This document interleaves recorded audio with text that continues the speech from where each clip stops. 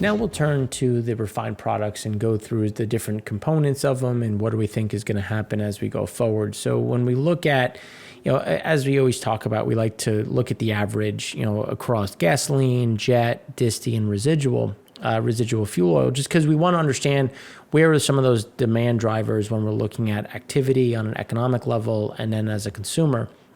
So as we were talking about, we expected to see that 5-year average increase and then set start to go sideways at that marked reduced level. As we were saying, we thought we were going to be down by about 1.5 million versus normal, and that's where we're starting to see some of this flat line in general. So that's going to be something to watch because there's always going to be that give and take. So we will get an increase in gasoline demand. That will be a positive, but then we'll start to see some of those declines in jet and disti as we come out of the Easter holiday and the spring break. So again, that's where we think we're going to see some of this flat lining in general. So the current average for this past week was 14.09 million barrels a day versus the previous weeks of 14.56, giving us our average, that rolling average of about 14.076. And again, that's where we kind of think that we're going to start to see some of this pressure and limit the ability to get back to where we were in 18 and 19, as we keep talking about, just given how we've gotten to a point and now we're just kind of balancing back and forth where there's a mixture of people that feel better now that they have the vaccine. There's other people that still feel a little bit cautious. We're starting to see a little bit of a pause in reopening just because we've had an increase in cases, which we'll talk about in a minute. And now when we start looking around, not only just North America, but also abroad, we continue to see some residual lockdowns coming back into play, which will just limit the amount of activity that we have. Just in general, just in the general ability to move around, again, which is going to limit some of this total demand. So when we look at distillate had a fairly large increase of about, I'm just pulling up the yields just so we can go through the yields as well. So distillate had a build of about 1.45 million. It was driven by pads 1 through 3. We're now 22.8 million year over year, 7.1 million over the 5-year average. And again, this is where we continue to see some of these impacts because we still have residual diesel imports coming. And even though diesel imports were down 117,000 barrels a day, or I should say distillate, we're still 140,000 above year over year, 208,000 above the 5-year average. So this is what we were saying in the first segment where we've come down, but we're still elevated. And just given the news, we still have more diesel coming across from the Middle East, from Europe. That's going to keep this elevated. Again, we're not going to get back to those highs that we had, but we're still going to see a very steady flow. And that same can be said for gasoline in general. So you can see that we've had a big bounce off this trend. And you can see when we look at that 29-year average, we typically see a decline coming into, and then we start to bottom out at the end of April. Instead, we saw that reduction stop fairly early and now starting to bounce back up. Now, when we look at yields in general, so refiners continue to move away from the distillate yield as they continue to try to focus on gasoline production, which again is where we see some of this battle back and forth in terms of what are they trying to create, what are they trying to produce. And that's where they're again trying to manage the feedstock, trying to manage end stock to create something that is a bit more sustainable, as because gasoline still has more capacity and storage versus diesel in distillate in general. So this is going to be kind of that push me pull me setup in terms of where can we get some of the exports, where do we see demand, which is why we think that there's going to be some of these headwinds as we go through the remainder of the spring. So then when we look at products, the demand side, you can see that we've fallen pretty far below the 5-year, and it all comes down to timing, because you can see how we normally get this drop. So when we look at that 5-year average, we normally get a drop. It just happened a little bit earlier than seasonal norms. And it's as the weather shifts, it's as activity shifts. That's where you're going to see some of this pressure as we go through and as we continue to see some of the impacts on the weather and just the activity side. Now, when we look at trucking, we're starting to see a little bit of a normalization as we get some movements through the system. The biggest issue, like if we look at the ISM numbers and PMI numbers, I mean, pick your data set. Price delivery times continue to remain elevated, and pricing paid continues to set either multi-decade highs or all-time highs, just because companies are paying what they can to try to eliminate some of these issues. Now, typically March into April is a slow month for imports, just because you're in that lull. You have the restocking post Christmas. And then you still have kind of this lull in between summer activity and whatnot. And even though we have this slowdown, we still are well over average when we look at the port. We're still very behind in terms of getting some of these cargoes off ships in the West Coast ports. And again, that still remains elevated. And then when we look at rates continue to remain well above. When we go back through 2018, we continue to remain elevated as diesel prices continue to be strong. That's going to continue to increase those prices and inherently inflation or those price increases for the consumer. So when we look at rail traffic, you could see the shifts now that we get into the fun periods of the comps. So here you can see that the total carloads continue to trend up. Grains is the one that's going to remain elevated in general, no matter what metric we use, just because there is that elevated demand abroad. We continue to see those movements into the international markets. Motor vehicle parts, are up 294%.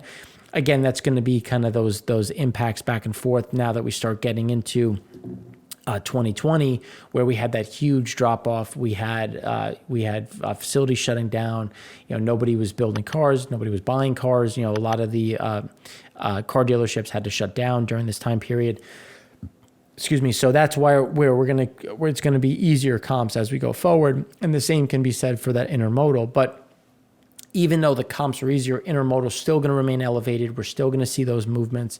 And when we look at petroleum and petroleum products, that's even though it'll start to look better, but we're not really getting to that normalcy that we should have from 2019, 2018, just because we do have that shift down of just total demand across the market. And this is what we were talking about, just using one specific data point.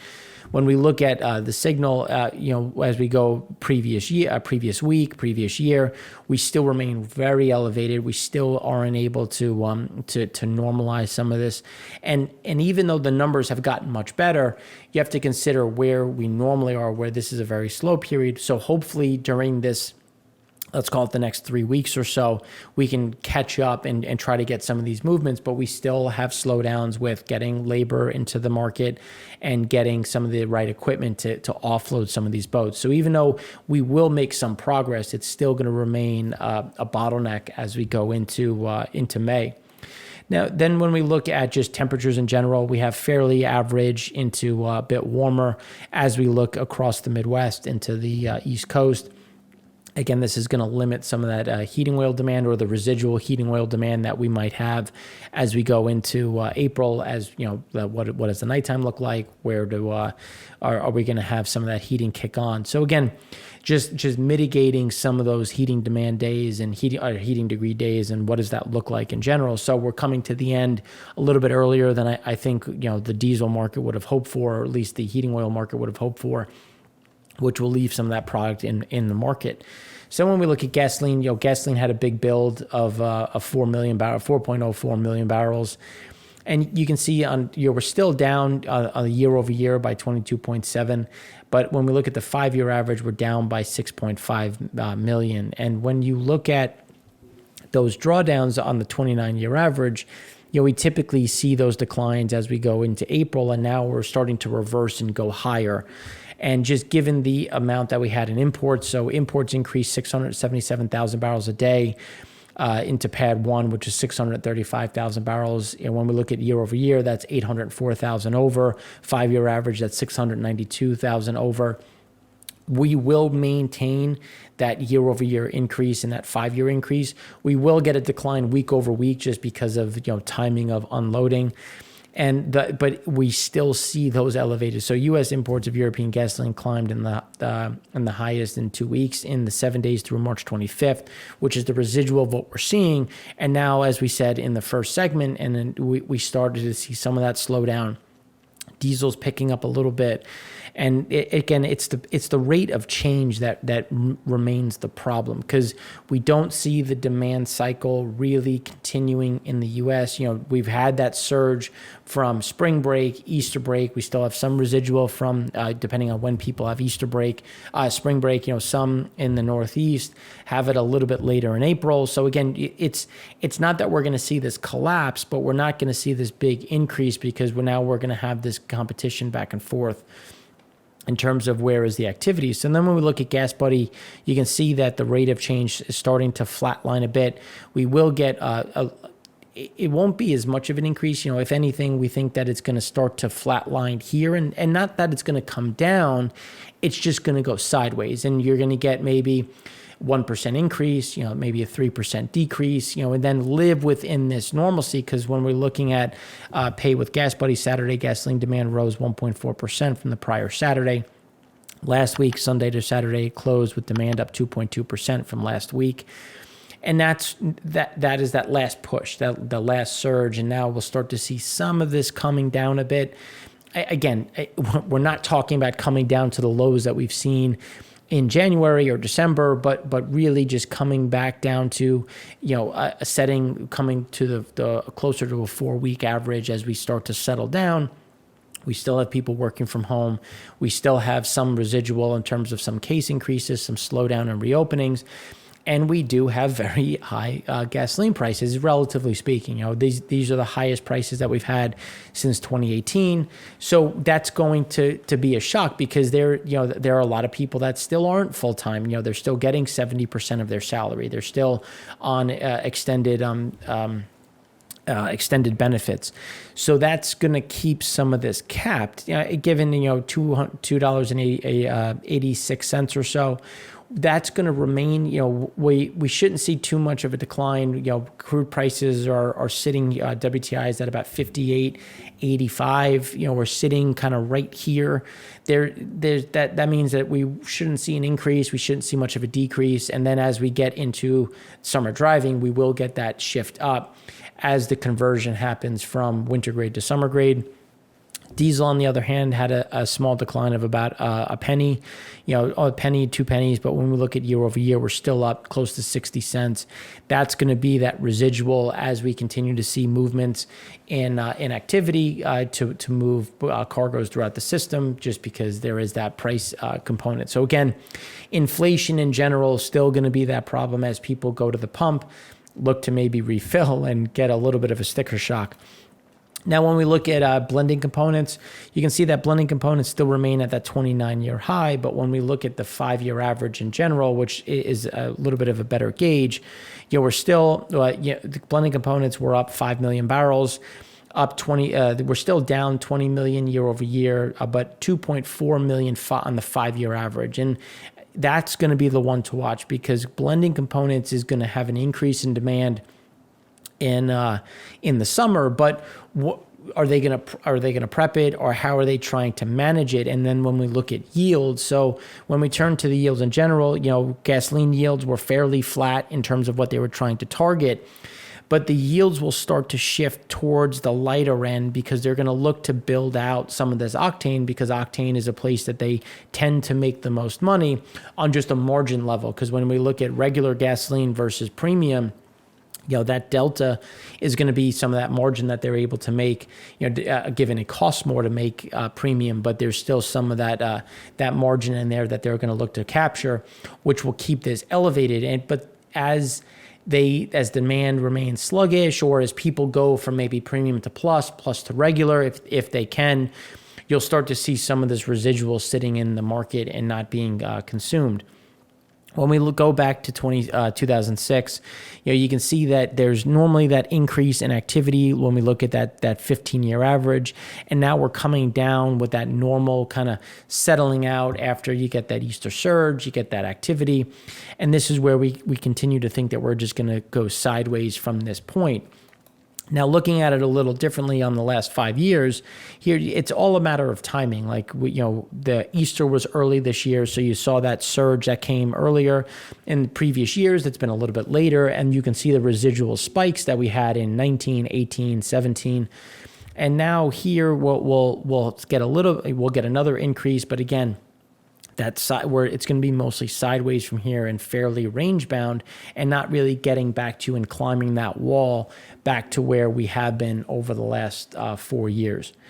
So then when we turn to propane for a minute, here you can see that we're starting to flatline, starting to increase back up.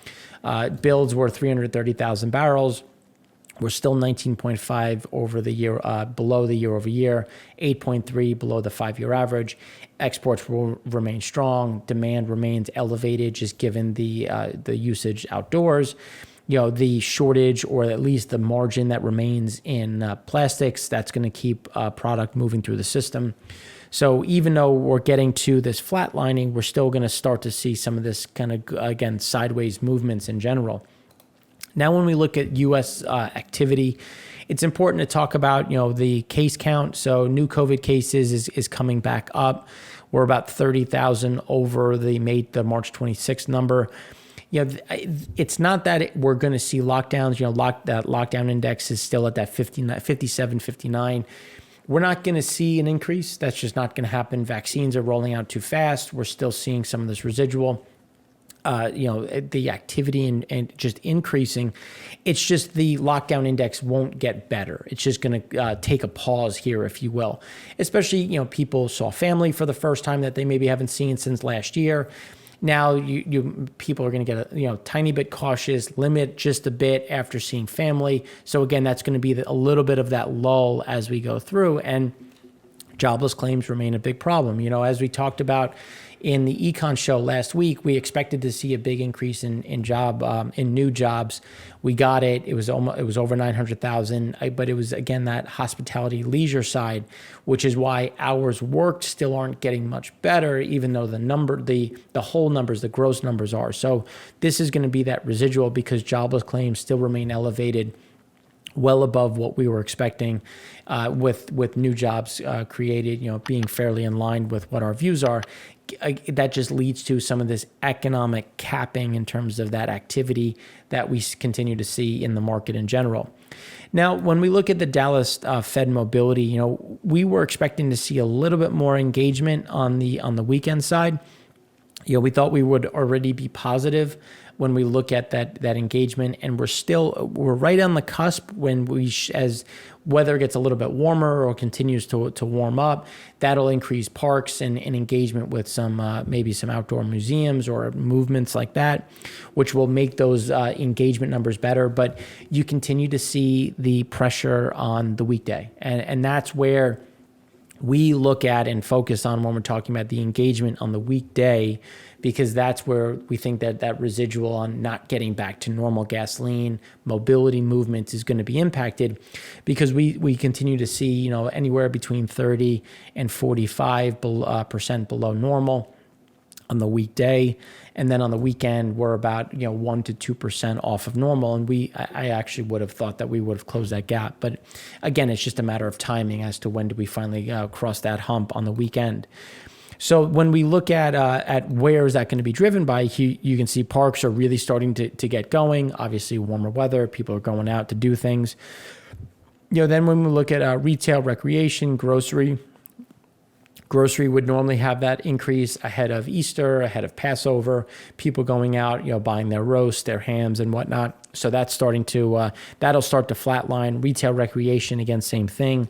Where we look at workplace transit, we're starting to see that flatline, and workplace activity is not really getting better. It's just going sideways, but transit station activity is increasing to meet it. And there was a very big focus on, or a very big talk on how people were always going to drive, they were going to avoid transit, but if you're vaccinated, if others are vaccinated, do you want to deal with the hassle of parking, the cost of parking or travel? So we're actually starting to see a bit more activity on the transit side, which again is going to limit the amount of activity on the driving side, but again, workplaces, as we keep talking about, getting back to the office normal is now not just a summer event, but a fall event. So again, this is going to be some of that impact on the weekday activity that we keep talking about.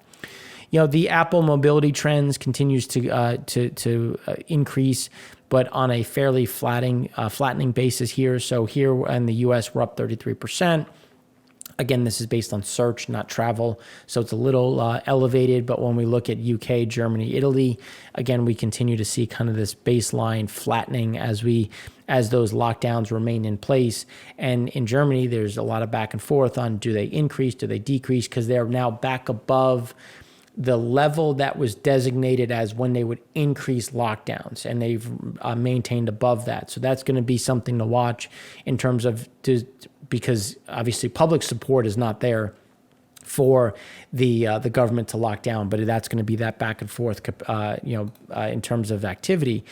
When we look at Europe is fairly flat. US, something similar, again, pausing some of those reopenings.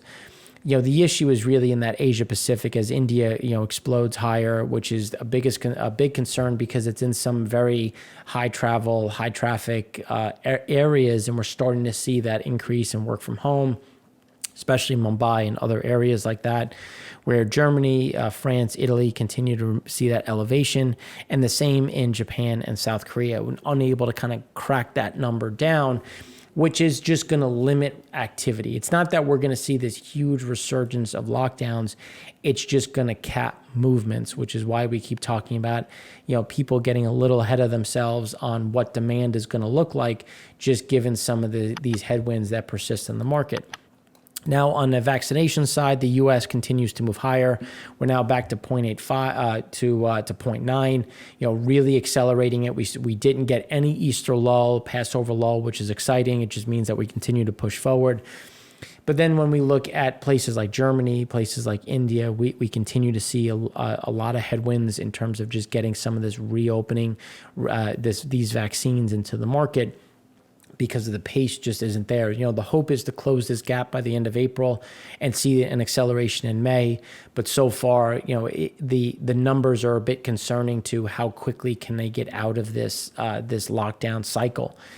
Then when we look at jet, the jet drew 760,000 barrels. We're down 0.6 versus year over year, 3.3 versus the 5-year average. This is what we were talking about where we get that spike. Now we're starting to come down a bit.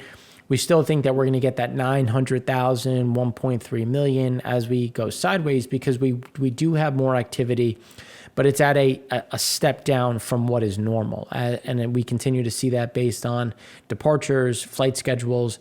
We're just not seeing a lot of this resurgence, and jet fuel prices are going higher. So even though airline tickets remain affordable, they're still going up in cost because jet fuel continues to be a big piece of what that cost is.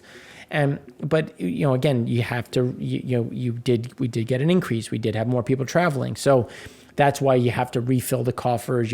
We do have more departures on average, week over week, month over month. So we're not going to come back to these lows, but instead we're just going to normalize at these levels as we go through the remainder of of April. So then when we look at departures, here you can see North America coming back a touch, flatlining here. Same with Asia Pacific, going to sideways. Europe had a little bit of recovery, but that's mostly the UK. The rest has been fairly flattish on European mainland.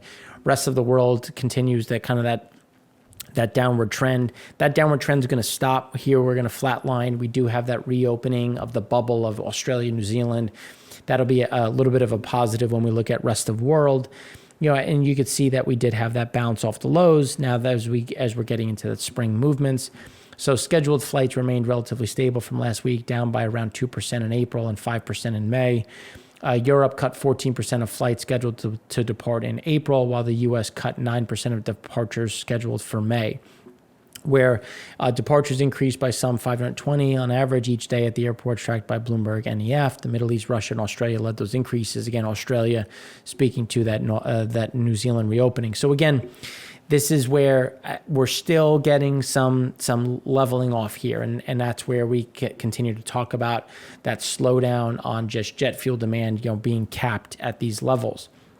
And then when we look at TSA passengers, this is what we were talking about, where we were gonna bottom, top out at that 1.5 and then start to come back. We're still going to average over 1 million. We're going to be at about, let's call it 1.1 to 1.4, and then really go sideways from here. Again, obviously better than 2020, but just not at the levels that we normally have in 2019, where we continue to see this kind of sideways movement, unable to really close that gap in the near term. Then when we look at open table, we had that nice little Easter surge.